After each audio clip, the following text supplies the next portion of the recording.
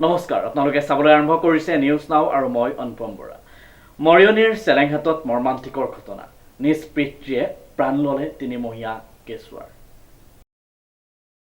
মৰিয়নিৰ চেলেংঘাটত সংঘটিত হয় এক মৰ্মান্তিক ঘটনা।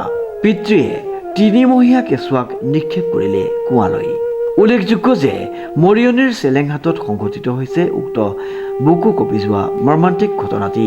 উন্মাদ পিতৃৰ হাতত প্ৰাণ গ'ল 3 মহীয়া এটি কেঁচুৱাৰ। এই ঘটনাই চেলেংঘাটৰ প্ৰতিজন হৃদয়ৱান লোকৰ বুকু কঁপাই গৈছে। চেলেংঘাট আৰক্ষী চকীৰ অন্তৰ্গত টেকলা লাইনৰ অমৰ বৰাইক আৰু পত্নীৰ মাজত কাজিয়াৰ বাবে সংঘটিত হয় এনে ঘটনা। দুয়োৰে কাজিয়াৰ মাজত সুৰাৰ ৰাগিত উন্মাদ হৈ পৰা পিতৃ অমৰ বৰাইকে 3 মহীয়া কেঁচুৱাটো মাতৃৰ কোলাৰ পৰা টানি আজুৰি কাঢ়ি লৈ ঘৰৰ পৰা ওলাই যায়। অতি মৰ্মান্তিক আৰু দুখৰ এটা ঘটনা।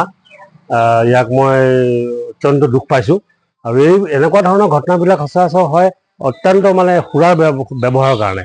মই দেখি আহিছোঁ আৰু সেইবিলাক জেগাত মই আগতেও গৈছোঁ।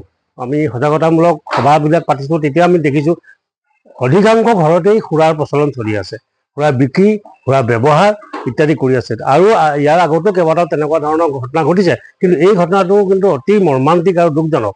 আৰু এনেকুৱা ধৰণৰ আমি যদি কিবা এটা নকৰোঁ, এই সুৰাৰ প্ৰচলনটো আমি বাধা নিদিওঁ বা বন্ধ কৰিব নোৱাৰোঁ যদি, তেতিয়াহ'লে ইয়াতকৈ ভয়ানক কেতিয়াবা পৰিৱেশ বা পৰিস্থিতি আমাৰ সন্মুখীন হ'বলগীয়া হ'ব পাৰে। পাছৰ পৰ্যায়ত পাষাণ পিতৃয়ে ঘটনা সংঘটিত কৰি নিজে আৰক্ষীক অৱগত কৰে। আৰক্ষীৰ উপস্থিতিত 3 মাহত ভৰি দিয়া বৈষ্ণৱী বৰাইক নামৰ দুবছৰীয়া কন্যা শিশুটিৰ মৃত অৱস্থাত কুঁৱাৰ পৰা স্থানীয় ৰাইজে উদ্ধাৰ কৰে। অভিযুক্ত পিতৃক আৰক্ষীয়ে গ্ৰেপ্তাৰ কৰি ন্যায়িক জিম্মালৈ প্ৰেৰণ কৰিছে।